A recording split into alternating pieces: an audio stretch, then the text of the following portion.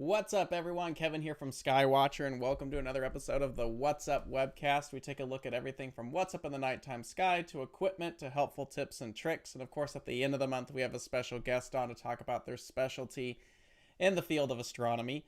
Last week, we were out of town at NEAIC and Neef. If you've never been to them, you should probably go sometime.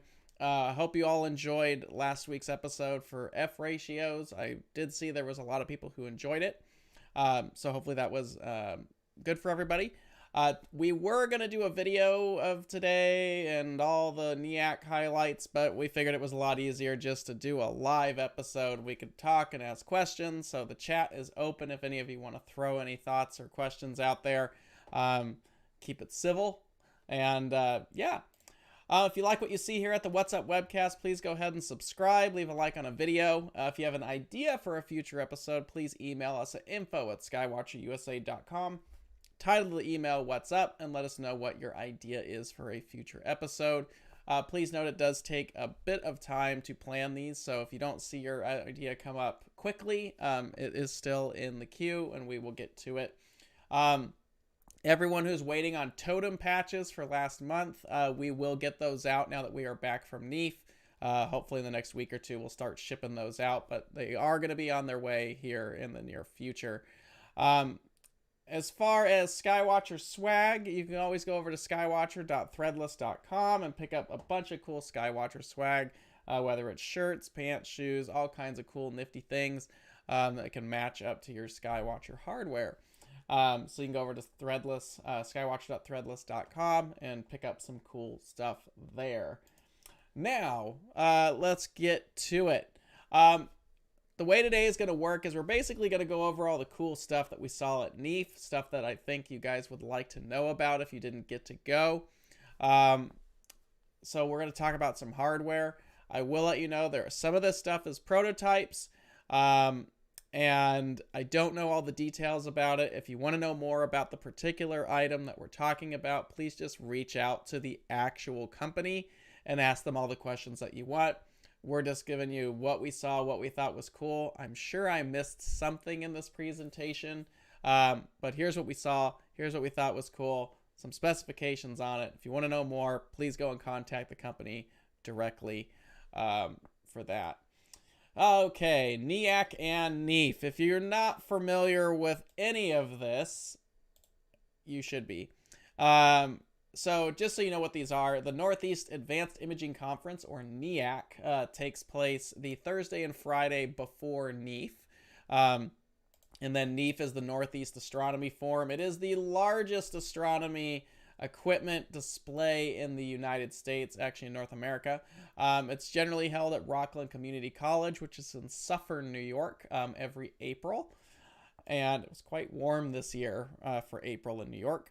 A lot of companies launch new products to showcase them there at the show. So that is a big advantage of going to the show. And also a lot of stuff is on sale. TeleVue actually was doing their Blem sale. Again, if you're not familiar with a TeleVue Blem sale, TeleVue once a year at Neef generally brings out some cosmetic seconds and sells them at a very steep discount. You can really score a nice eyepiece from that. A lot of my lenses are actually TeleVue Blems. I could not tell you what the blemish is. I think they're quite hard on themselves as far as what they consider a blem, but that's TeleVue, and they keep their quality top notch. That's a huge thing that happens at Neef, is you can basically get a major deal on a nice TeleVue lens. But that was also cool. But generally we announce new products at these shows or showcase what's being developed, like prototypes and such. So there's a lot of cool things to see. The picture that you see here, this is the Skywatcher booth at Neef this year.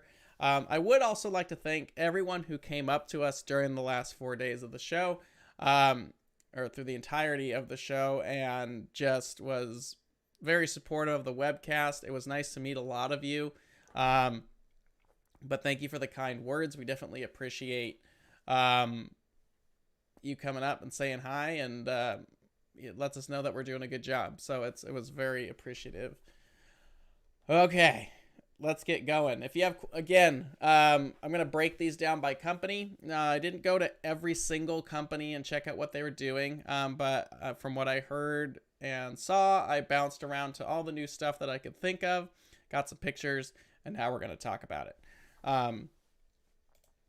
So first, obviously, the best company ever, and the one that you should pay attention the most is us. No, I'm just kidding, but it is our webcast, so we're going to start it first. So Skywatcher, again, our two big products that you guys already know about that we showcased there was Star Adventure GTI. This is, of course, our little go-to version of the Star Adventure. Holds 11 pounds, built-in Wi-Fi, has a hand controller port, USB port for full control. I surprisingly did not have a picture of our setup there, but for this, full go-to capabilities.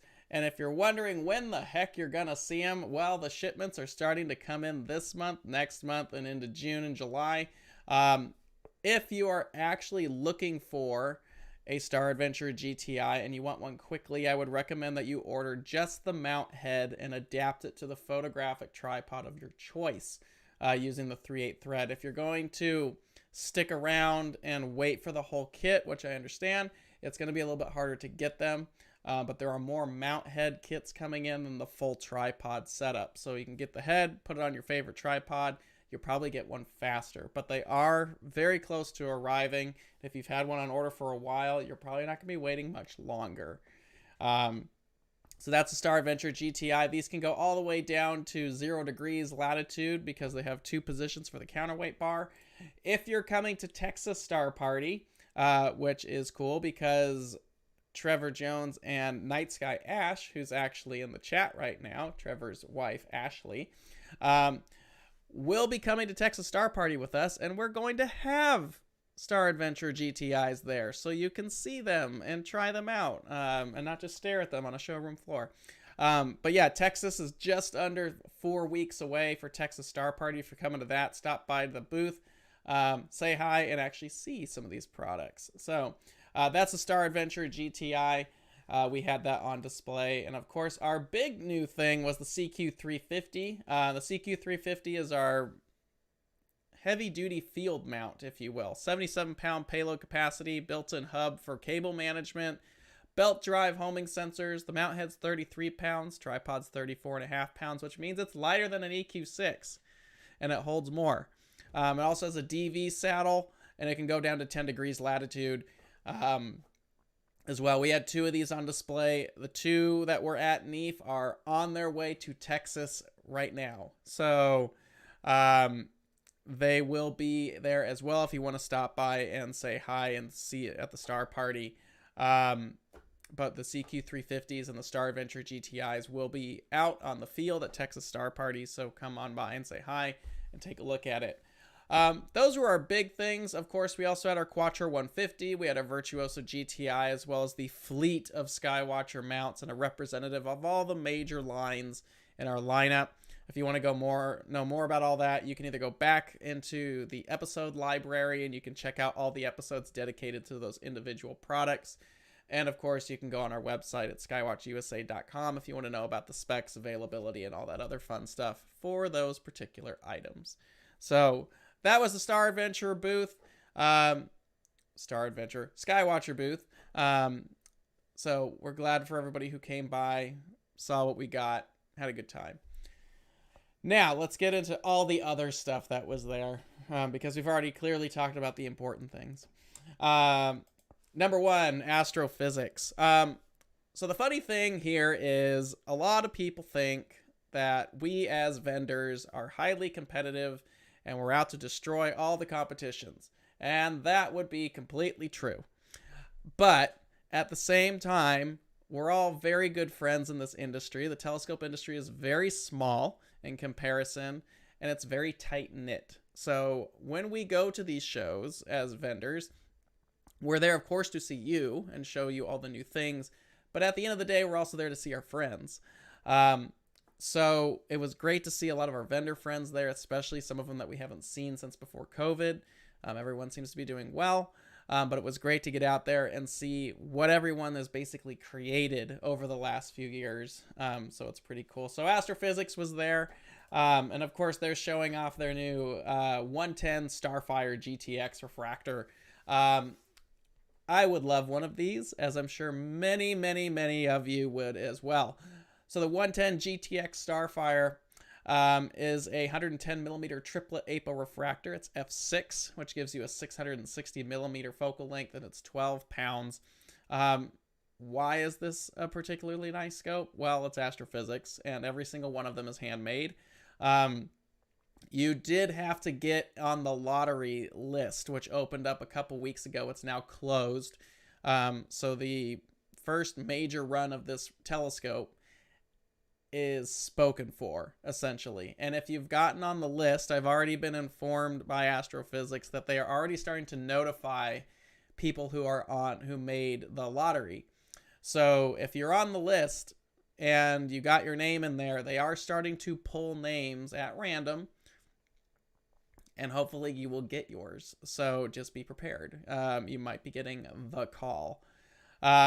Now, what's cool about the 110 GTX is it's designed specifically around the IMX 455, which is basically a ZWO 6200, and all the variations of different QHY 600, whatever the company is. The IMX 455 sensor, which is the high resolution 60 megapixel full frame chip that's popular right now.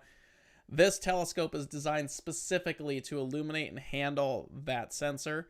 It does have a optional 0.83x reducer, which drops the telescope to f5 and allows you to use that very large full frame sensor, and gives you very tight spot sizes to support those tiny little 3.75 micron pixels.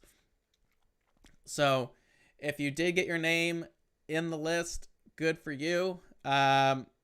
And basically be prepared, because they are starting to notify people of the 110. Congratulations to any of you who actually get one. For those of you who are not on the list or did not get your name into the lottery or don't get pulled and you ask how to get one, the short answer is you don't. That's basically how that works. Or you wait for them to make another run if they do another run. So that's how Astrophysics works when it comes to their telescopes. They do very limited batches, and you basically have to wait until your name gets pulled on the list. So little different business model, but that's how they do it. So that was the big thing from Astrophysics, was the 110 Starfire GTX. It's beautiful. Very well machined, very tight tolerances. I'm sure the optics are second to none. The one you see in the picture there is serial number 1. And it will be going probably to a new owner here very soon. So good for them. And yeah, anybody who gets one, I think you'll really enjoy that telescope. All right, moving down the list. Celestron. For anybody who needs to know, Celestron is our sister company, and we pick on each other constantly. But they were there in force. They had the biggest booth there. They had a bunch of new stuff there too, but some of the cool things. Number one is StarSense Auto Guider. Many of you are familiar with StarSense Auto Align, which has been out for a few years now, which basically allows your telescope to align and plate solve on the sky. It's an addition that you can actually put on any Celestron mount.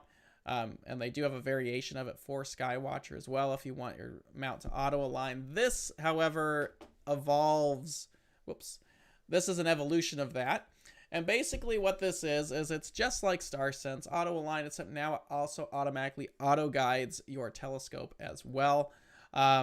So it's got a longer focal length lens on there. It can have filters mounted to it. It will automatically align your Celestron mount via plate solving. And then once it's on target, it will start to auto guide. And there's a full way you can go through and do it. It does use the Sony IMX 290 monochrome sensor, so it's a very sensitive guide system. And this will work with pretty much most of the Celestron line. You can always go over to them, over to their website, or give them a call and actually find out more about the auto guider. I spelled auto guider wrong. Thanks a lot, me. It's gonna bug me, so we're gonna fix it really quick because I'm never doing this presentation again, so bear with me really quick. File, save as. Changing on the fly. There goes the hard drive. Boop. All right, so that's all fixed. Good for us. Okay, continuing on. That's the StarSense Auto Align. Did I just screw up my presentation? Nope.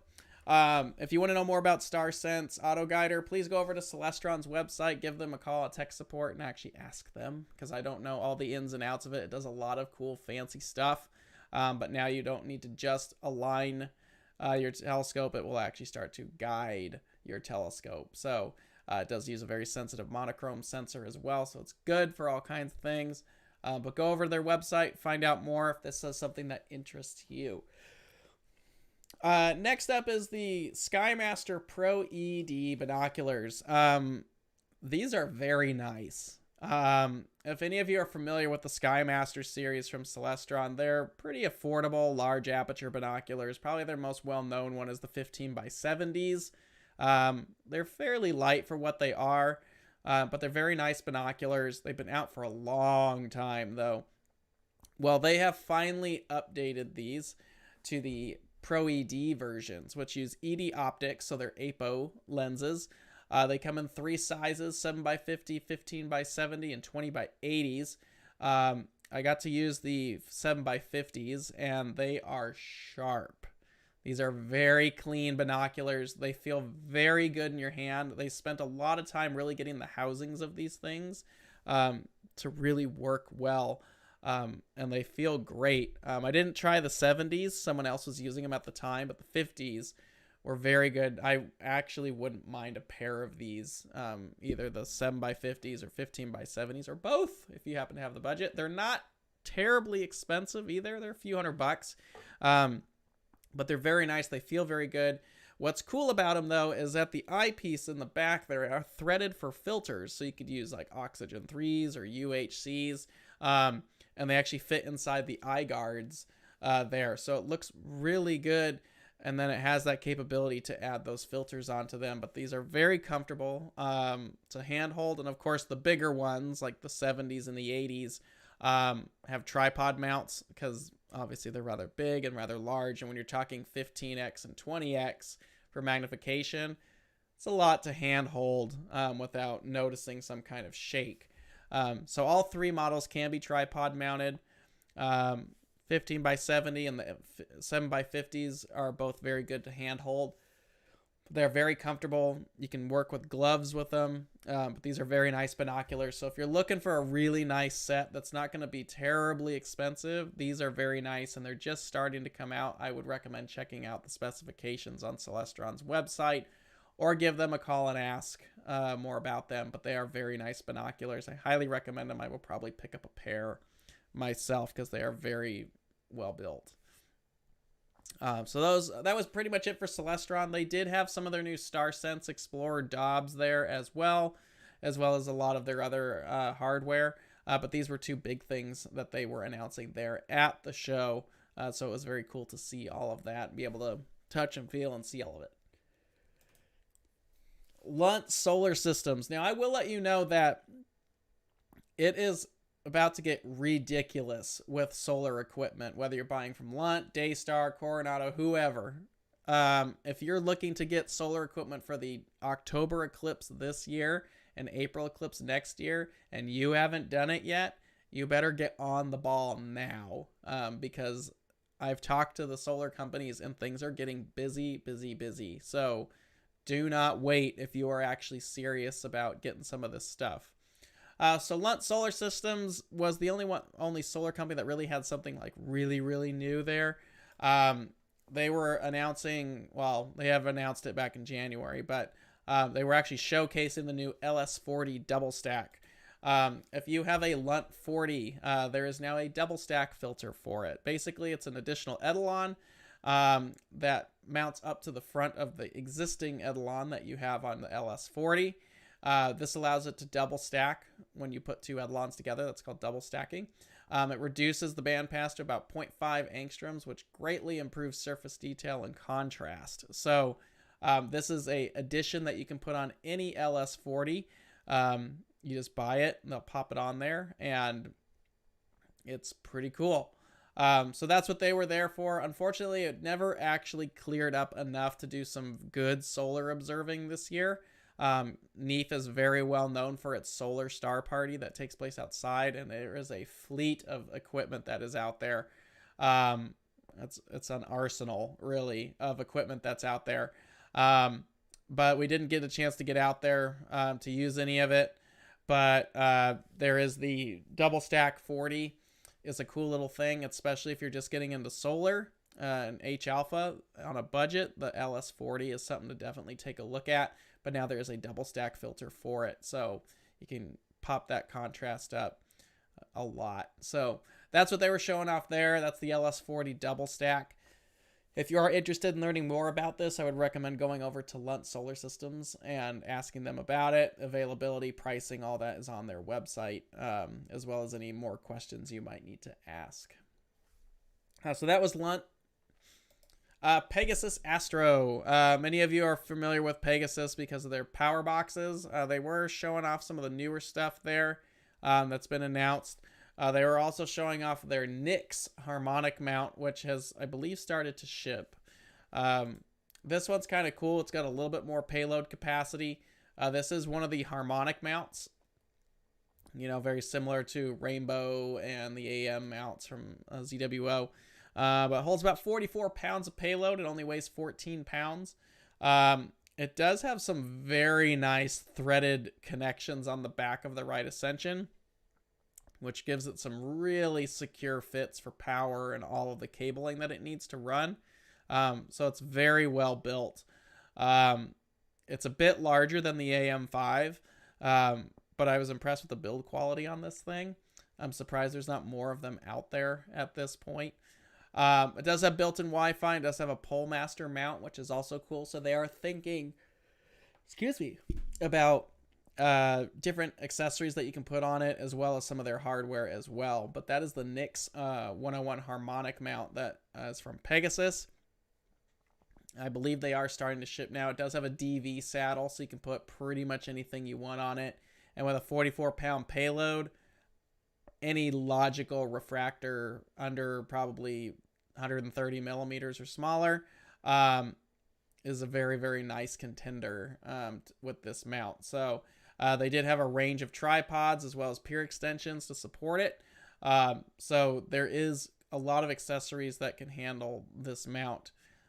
So it's something to take a look at, especially if you're looking for one of those lighter weight harmonic mounts there. So it's a pretty cool system.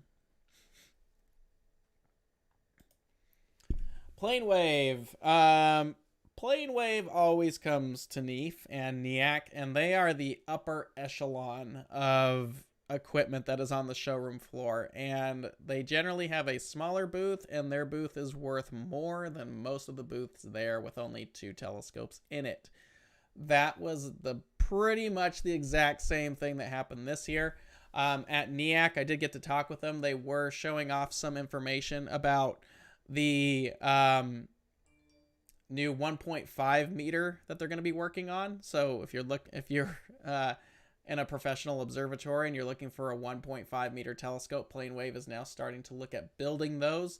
Of course, they already make the PlaneWave 1 meter, they're all over the place actually.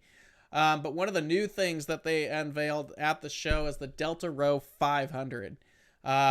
If you're not familiar with what a Delta Rho is, Delta Rhos are a new astrograph that's coming out of PlaneWave. They started with the Delta Rho 350 a couple of years ago, and they're actually starting to ship them now.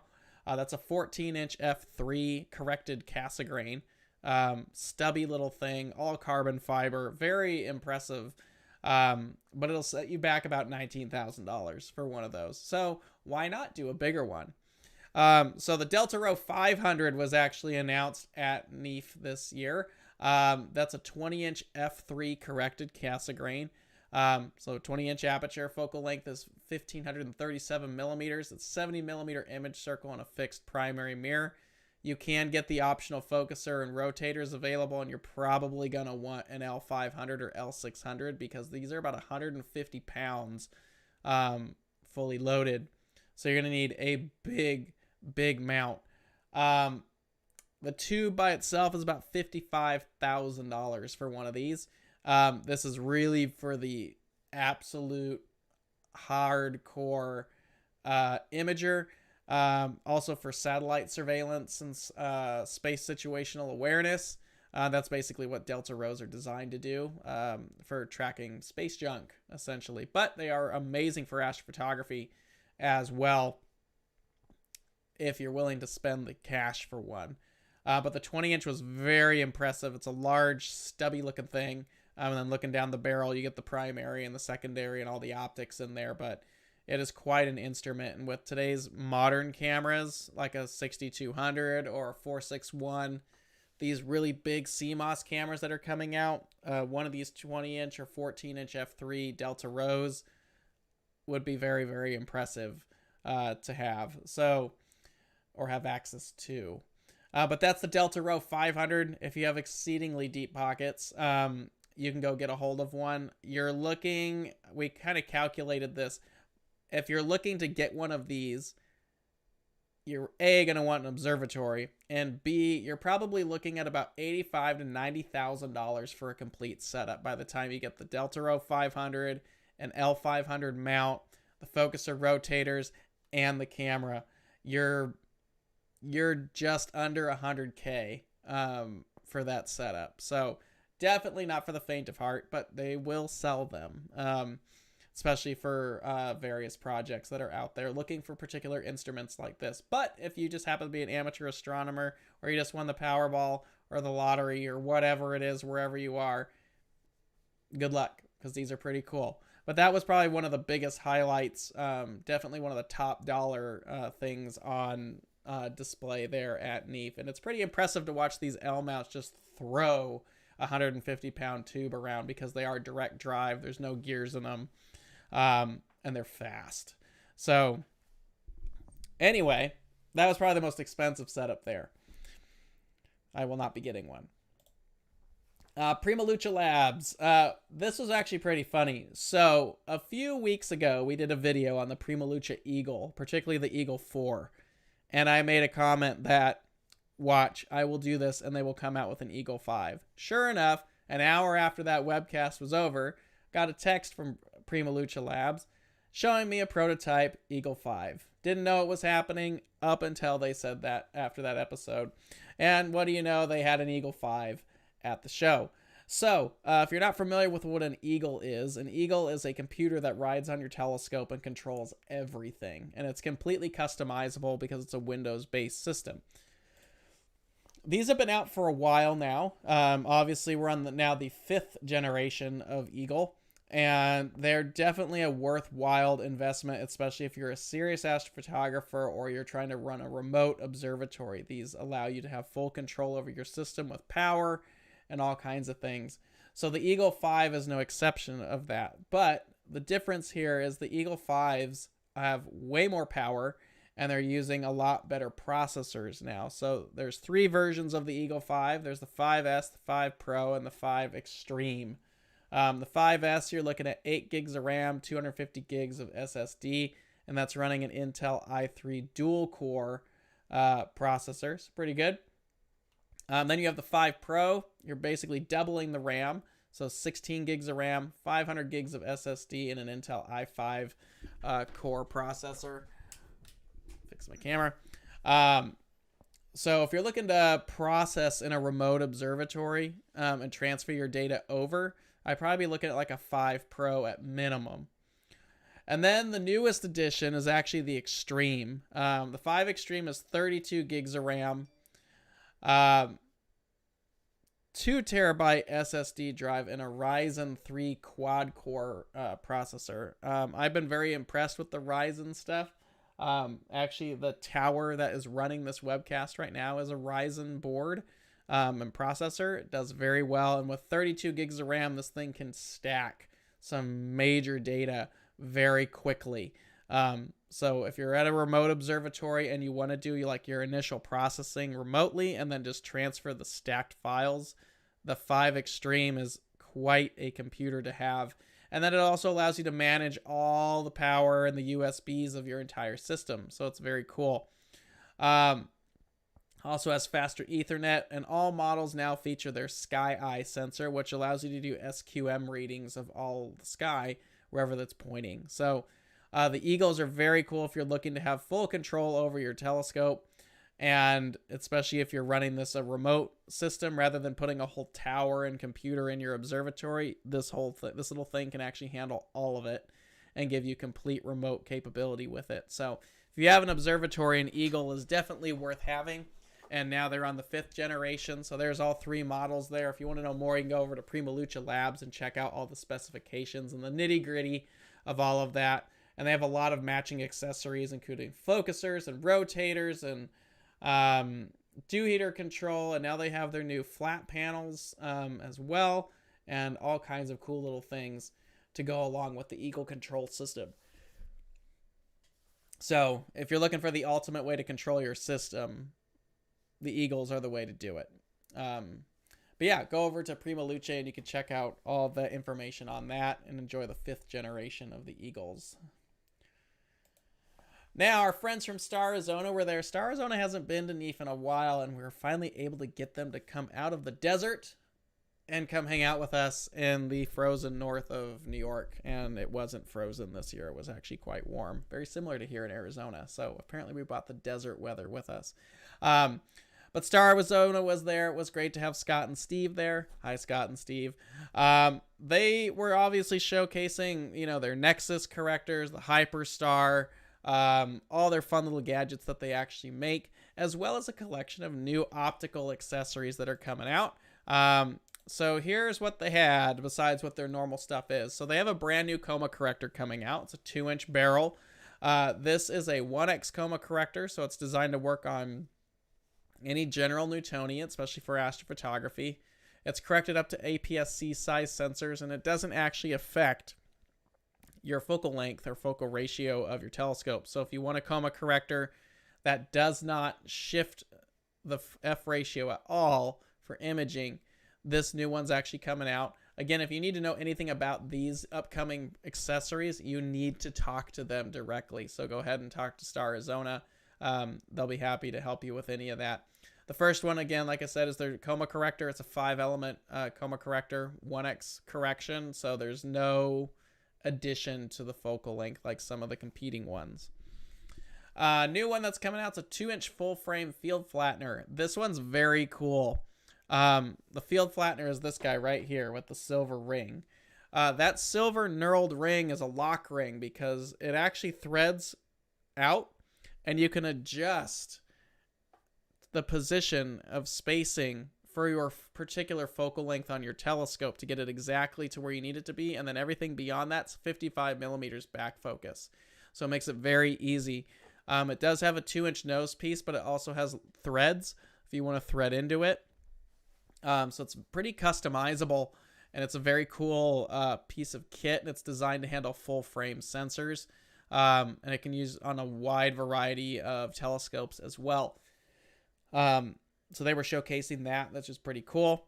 They also have a brand new 1.25" Barlow lens that's coming out. It's a 2x if you're using it as a standard visual Barlow. But if you are imaging, it has the ability to be, whether which position and how you set it up, it can be 4 different magnification capabilities: 1.5x, 2x, 2.4x, and 2.8x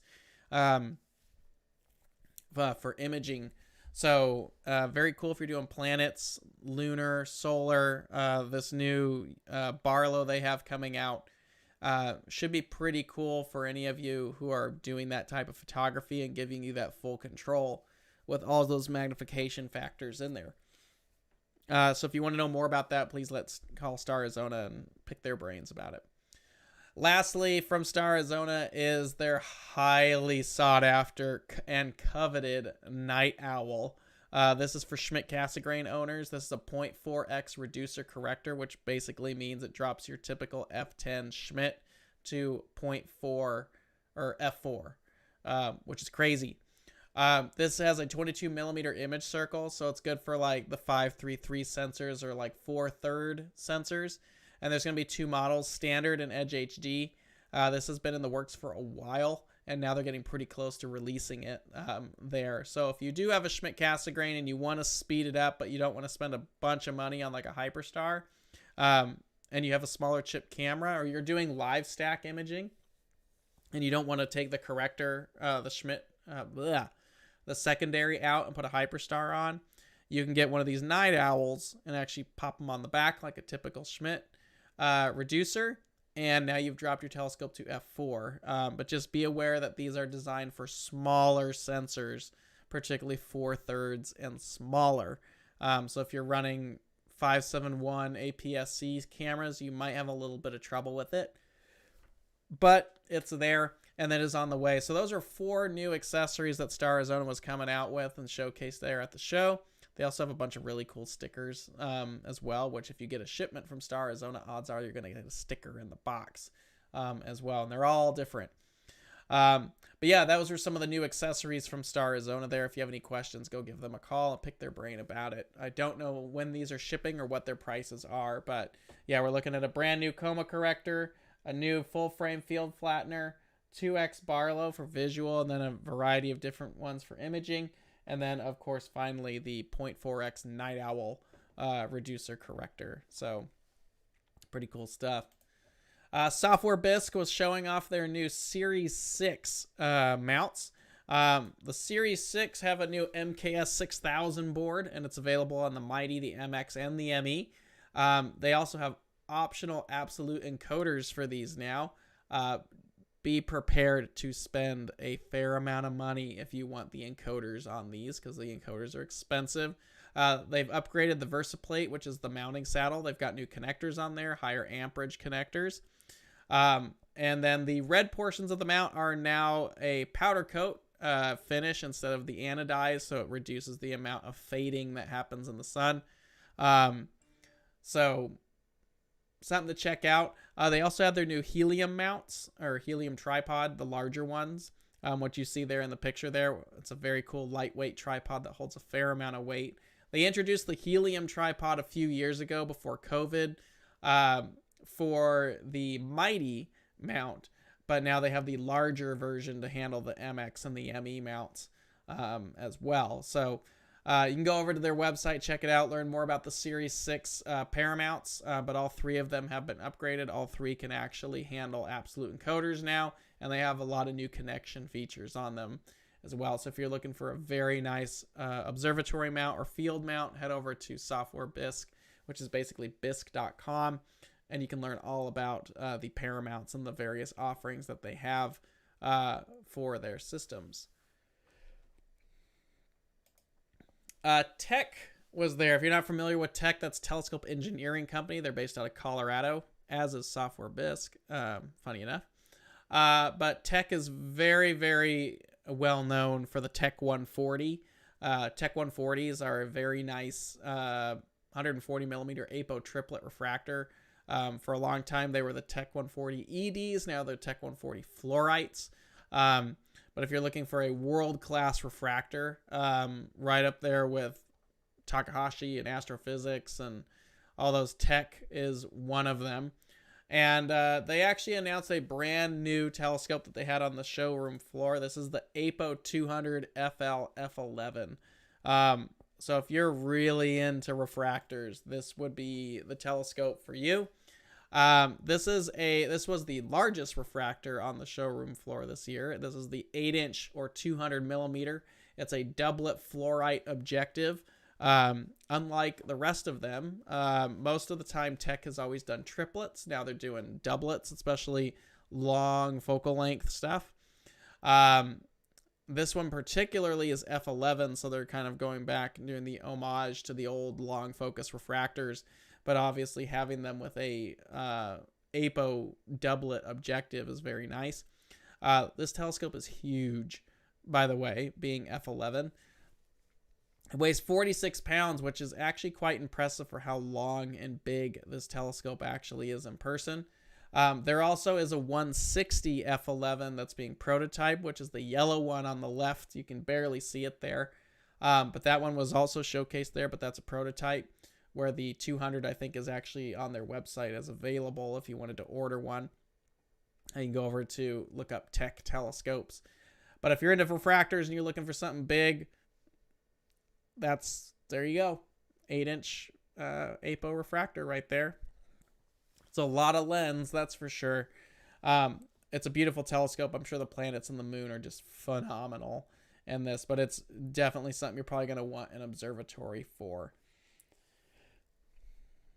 Next up is William Optics. William Optics is showcasing their new internal focusing refractors, which are very neat. I didn't get to spend really much time with them, and you have to go to their website to learn more, but they actually had a collection of them there. I know that William Optics 81 has been out for a little bit, but it looked like they had some larger ones. I don't know if it was a 100 or a 90 or 100, the black and red one there in the middle. And then they had the larger black and blue, which I think looks kind of cool. I believe that was 120 millimeter, but those were all on display there at the Woodland Hills booth, which is right next to William Optics. But they were showcasing a lot of their internal focusing, which I believe moves the lens, if I'm correct. I'm not exactly sure, but it does not move the back, so your camera stays in one spot. And something inside it actually works. It's kind of like a camera lens, which is really kind of a neat layout. I have not used one. I haven't tried it.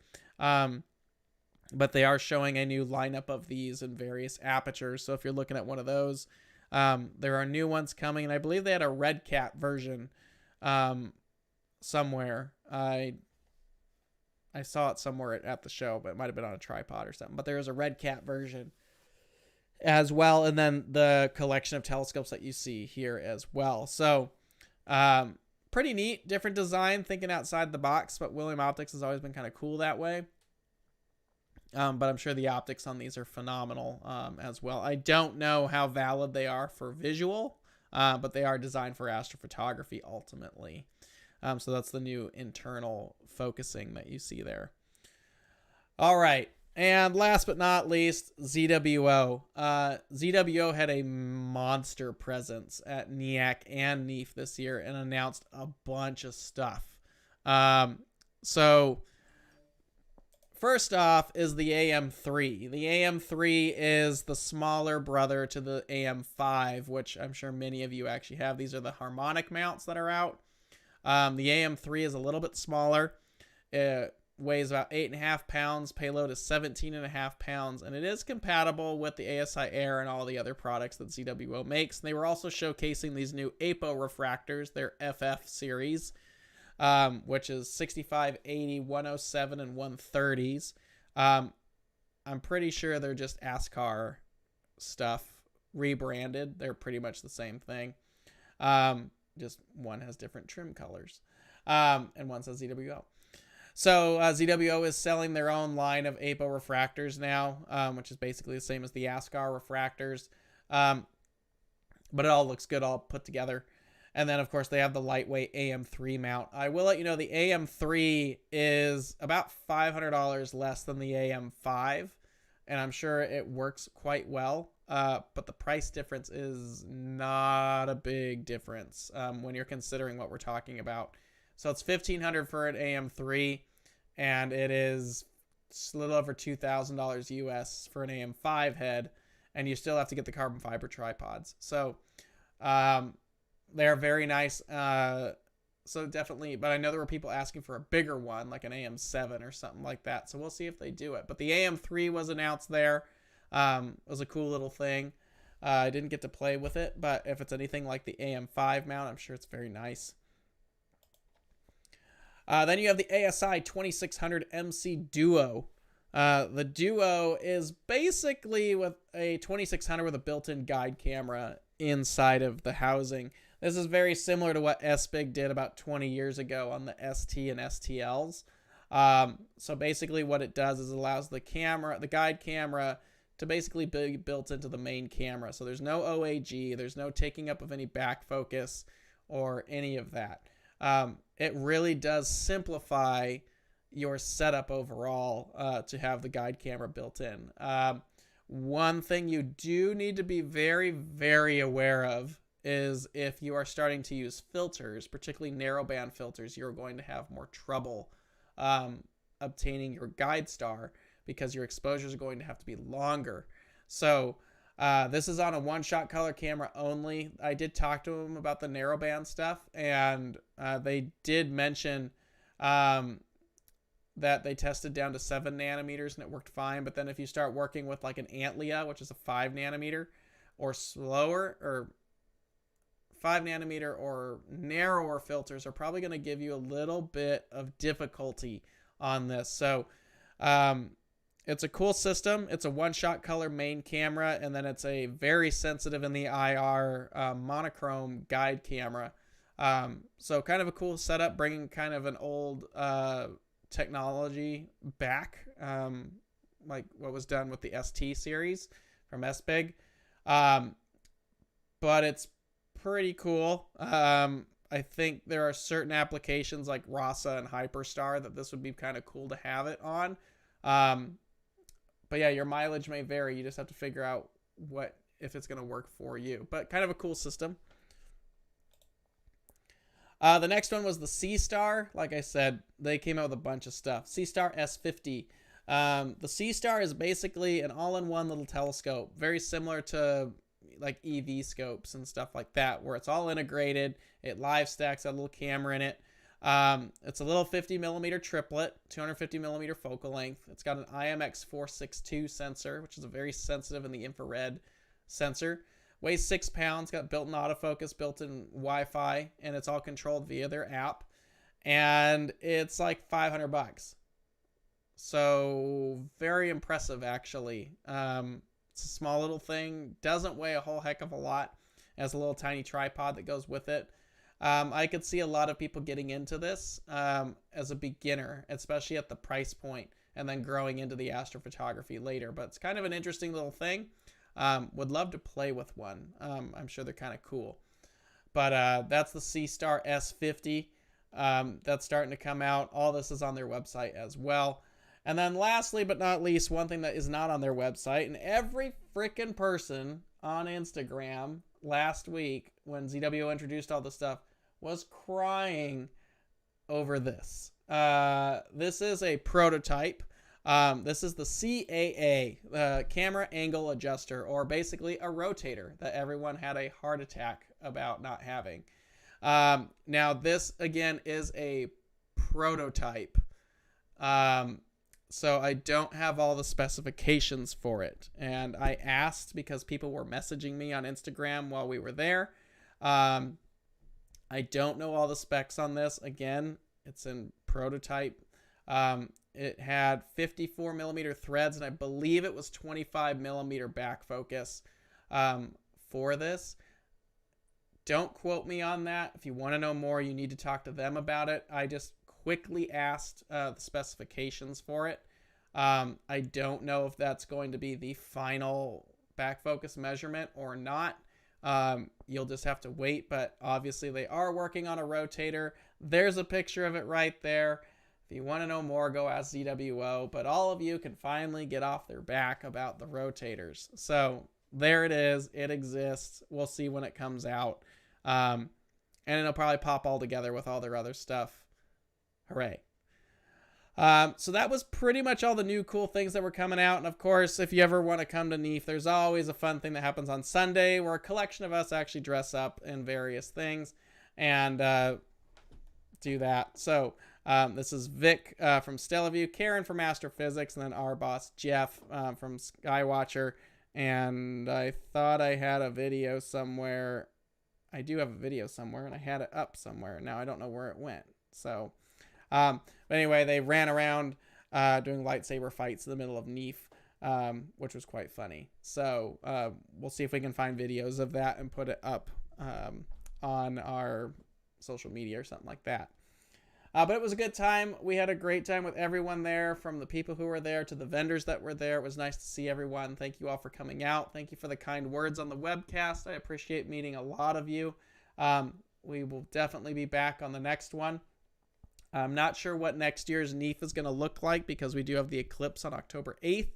So April 8th for the total eclipse. So I don't know when Neef dates are going to be next year, but you can keep an eye on their website if you want to know more. But that's pretty much it for this episode. I hope you guys enjoyed it. Next week, we're going to have Matt Kaplan and Sarah Alamed from the Planetary Society Radio. They're going to be on with us next Friday, so that'll be kind of cool. That'll be a special guest for the month.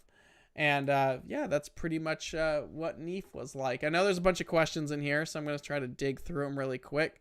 First one, how do a Nexus impact collimating compared to F4?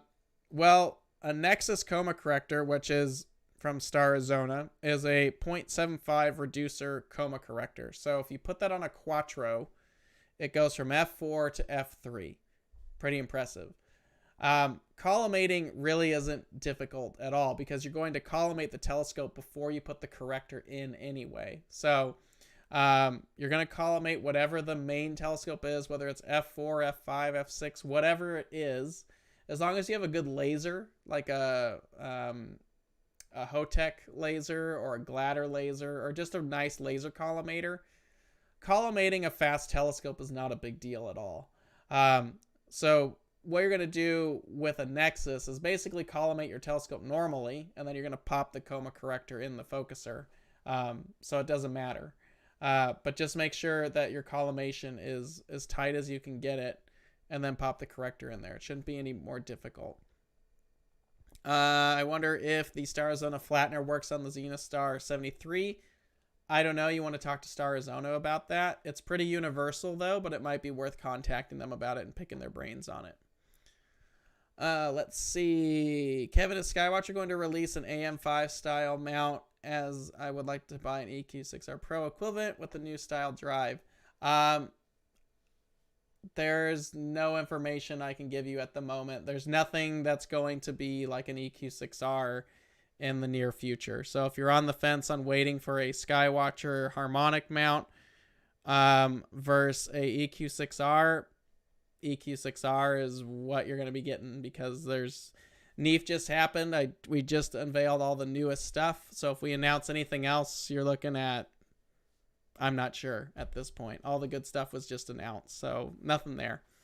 I don't have a lot of information on new products from Skywatcher as far as what's coming. I do know a few things that are coming, but right now nothing was good enough to release to the public at Neef. Everything was there. Everything that we showed there, that was what was ready to go. We always have new stuff in the works, but there wasn't anything close enough to announce it. So, but yeah. All right, guys, that's pretty much it for today. I don't have anything else. If you want to see Neef, you can always come next year. Plan accordingly. But it's a fun show to go to. It's great to see everybody. It's great to see all the equipment, and you really get a good chance to meet everybody there, and get to see all the cool new stuff that just came out. So if you want to know more, please go to the website of whatever company you're interested in learning more about their product. You can always give us a call or email us at support@skywatchusa.com. Be happy to answer any questions for you guys there. Other than that, that's pretty much it for today. It is a dark weekend, so I hope you guys get out, do some observing, capture some good images, do your totem shot. But other than that, that's it for today. Thank you all so much. I hope you have a great weekend. Go over to skywatcher.threadless.com if you want some Skywatcher swag. There it is again, all those cool shirts right there. And then you can obviously join us next week for our special guests. So thank you very much. Have a safe weekend, and we will catch you all next Friday for another What's Up webcast. Thanks, everyone. See you later. Take care. Bye.